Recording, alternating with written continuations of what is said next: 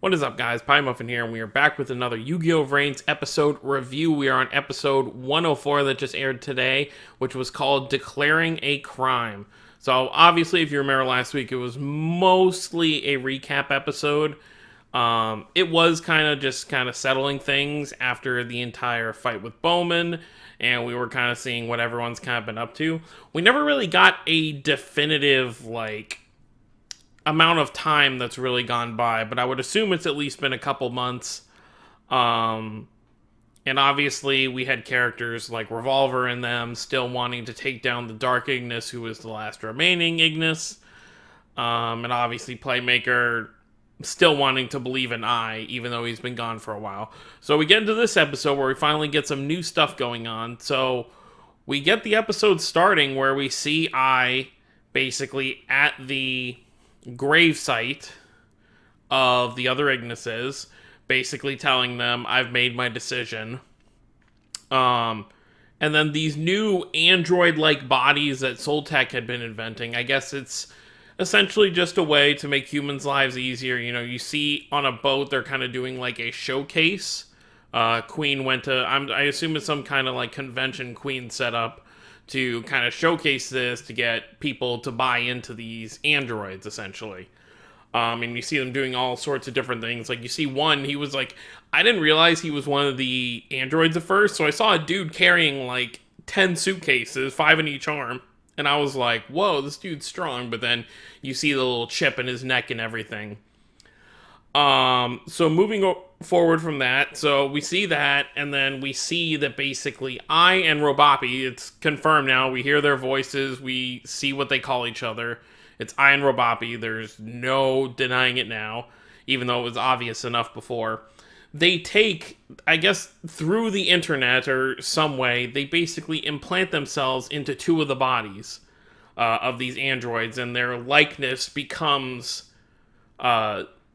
reality, essentially, on the android. So you see their faces, they have these bodies. What I find interesting is, obviously they were too tall androids, so I guess the androids can change size depending on what goes in them, because Robopi is like a small little kid. So I did find that interesting, and it's really hard to tell at this point what I's plan really is. We know he probably wants revenge for Earth. Well, we know that for a fact, because what happens next is he basically is going through the entire boat. At first, he kind of shows off stuff, because it's like, they have to kind of showcase that their AIs are smarter than the humans, blah, blah, blah. So Robopi goes to a slot machine that they have on the boat, and basically gets 3 sevens, got the jackpot like it's nothing. And then I was like, if you're going to do something, do it spectacularly. And he just makes all of it, he points his finger out, and all the slot machines get jackpot. But moving on from that, then we see night comes, and I and Robopi basically infiltrate Queen's room, and they're like, well, I is like, hey, long story short, I'm the Dark Ignis, and I want your, basically he wants her security codes for all of Soltech so he can control it. We don't know what he wants to control Soltech for. He didn't really elaborate on that at all. Obviously, he wants to probably use all these brand new androids to, I guess, wage war on the humans that destroyed his... Well, here's the thing with that. Obviously, the humans that destroyed one of his partners, which was Earth.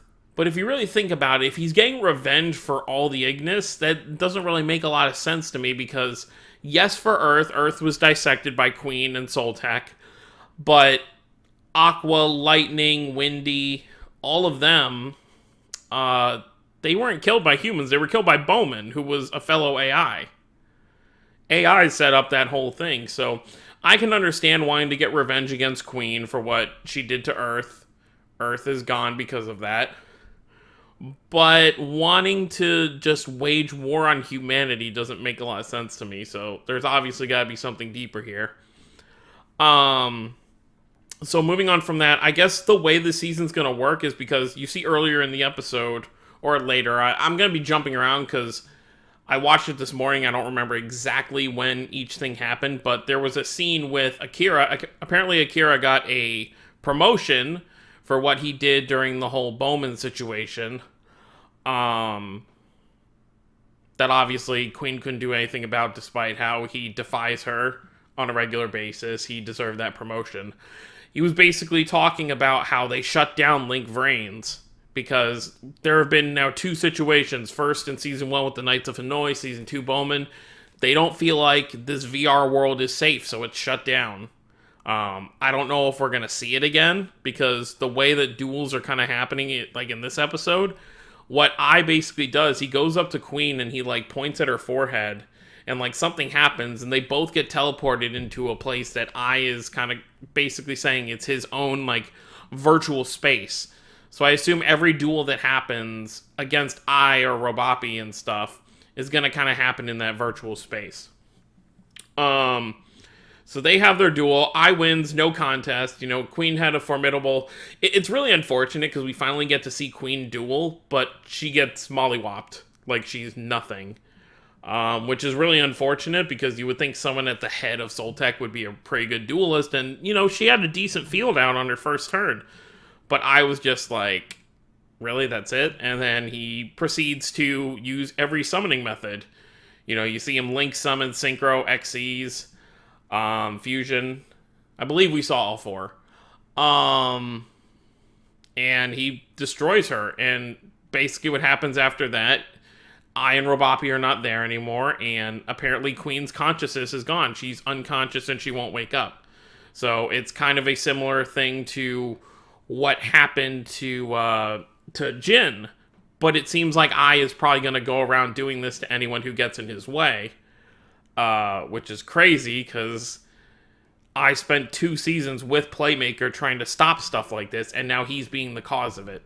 I don't know if I want to believe that I is going to be the final villain. Or, I mean, if they go past Season 3, you know, obviously they could do more. But let's say Season 3 is the final season, because the way things have set up, Season 3 should end around 150 episodes. You know, between 140 and 150, and the last few Yu-Gi-Oh! Series have kind of revolved around that amount of time. So I guess we'll see if that's the case, or if they keep going, but I just don't see, even I's personality. I'm glad that they didn't give I the kind of, like, super bad guy that, you know, doesn't get, like, Bowman barely ever cracked jokes. Obviously, Revolver doesn't crack jokes. Most of the Yu-Gi-Oh! Main villains don't crack jokes, but obviously we've known I since before he's taken on this antagonist role, and he's always had this kind of silly but dumb AI kind of personality, and I'm glad they're kind of keeping that.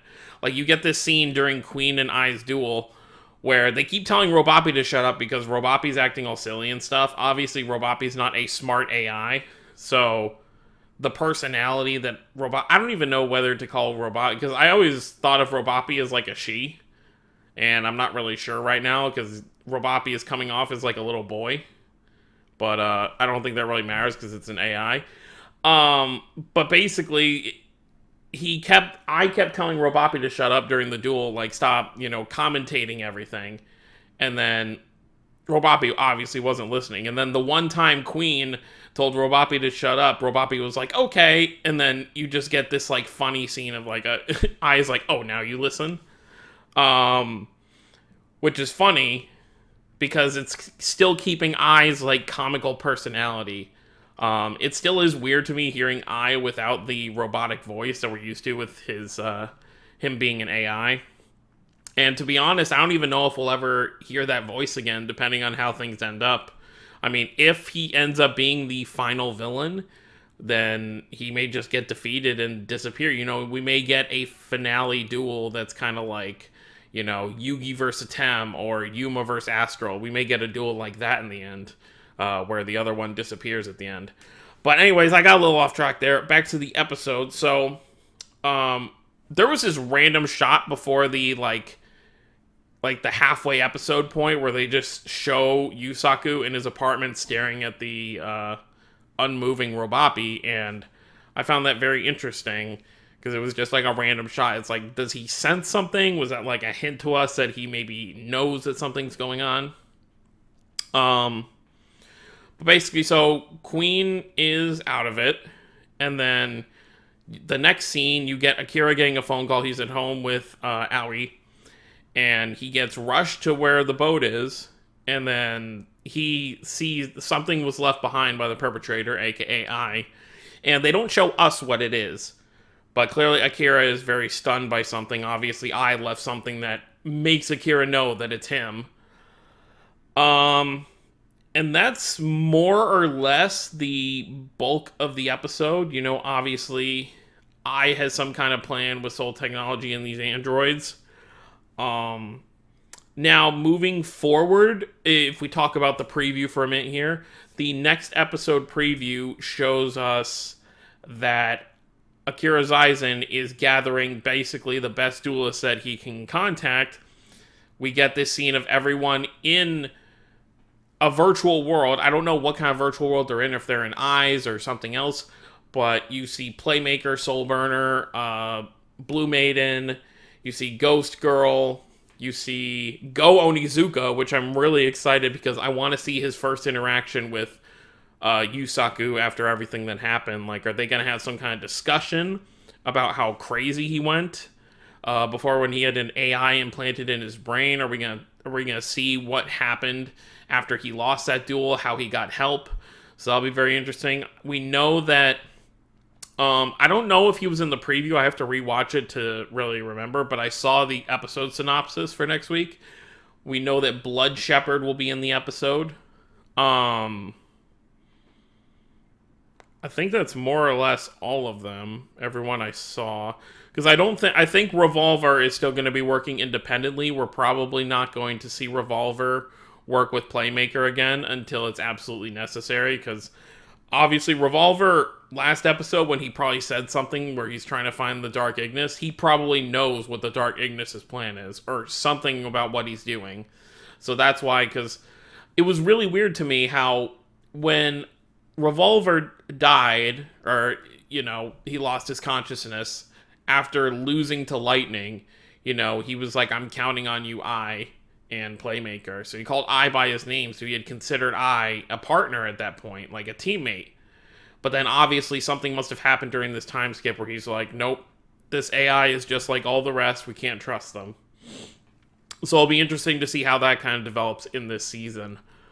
But it'll just be interesting to see everyone's interactions again, because obviously it seems like these characters haven't dueled in months or been in any kind of like virtual reality, so like Playmaker and all them. So I'll be very interested to see kind of how things go forward from here. But let me know what you guys saw of the episode. What are you expecting from I and Robopi as villains? Do you think they're going to be the only villains, or is there going to be someone higher up later on? Like, I don't think they're working for anybody, but I think this may be one of those kind of red herrings where we're going to start with I and Robopi, and pretty early on, maybe in like 10, 15 episodes, they're going to get through to I, maybe, and then there'll be someone else. But at the same time, we've really only gotten one opening per season, and the new opening doesn't indicate that there's anyone else besides I. So, and the thing with the first two seasons were there were a lot of sub-villains that work under the main villain, but here we've only got Robopi and I, so we're just going to get a bunch of duels of people dueling Robopi and I over and over. So there's got to be more to this than just that. Maybe I will find a way to implant whatever data he can find of the other Ignises and put them into these robots and make them be duelists. But other than that, I don't know what else they can really do. You know, obviously, this season will have to end with I realizing what he did was wrong. Whether he gets destroyed or not, Playmaker is gonna make him realize what he's doing is wrong. But I'm not sure how that's gonna end up. But yeah, so let me know what you guys think down below. I was really glad to see all the reception I got in last week's review. I was not expecting to get that many views on that video. So that's what definitely made me realize that I should be doing these weekly and weekly. And if we do get another Yu-Gi-Oh! Series after this one, I will definitely start from episode 1 with that. And we'll move forward from there. But don't forget to subscribe for more if you're new to the channel. You're a fan of Yu-Gi-Oh! Like I said, leave a comment down below. Let me know what you thought of the episode. And let me know what your theories are moving forward when it comes to I and Robopi. I hope you all have a wonderful day. And I will see you all next time.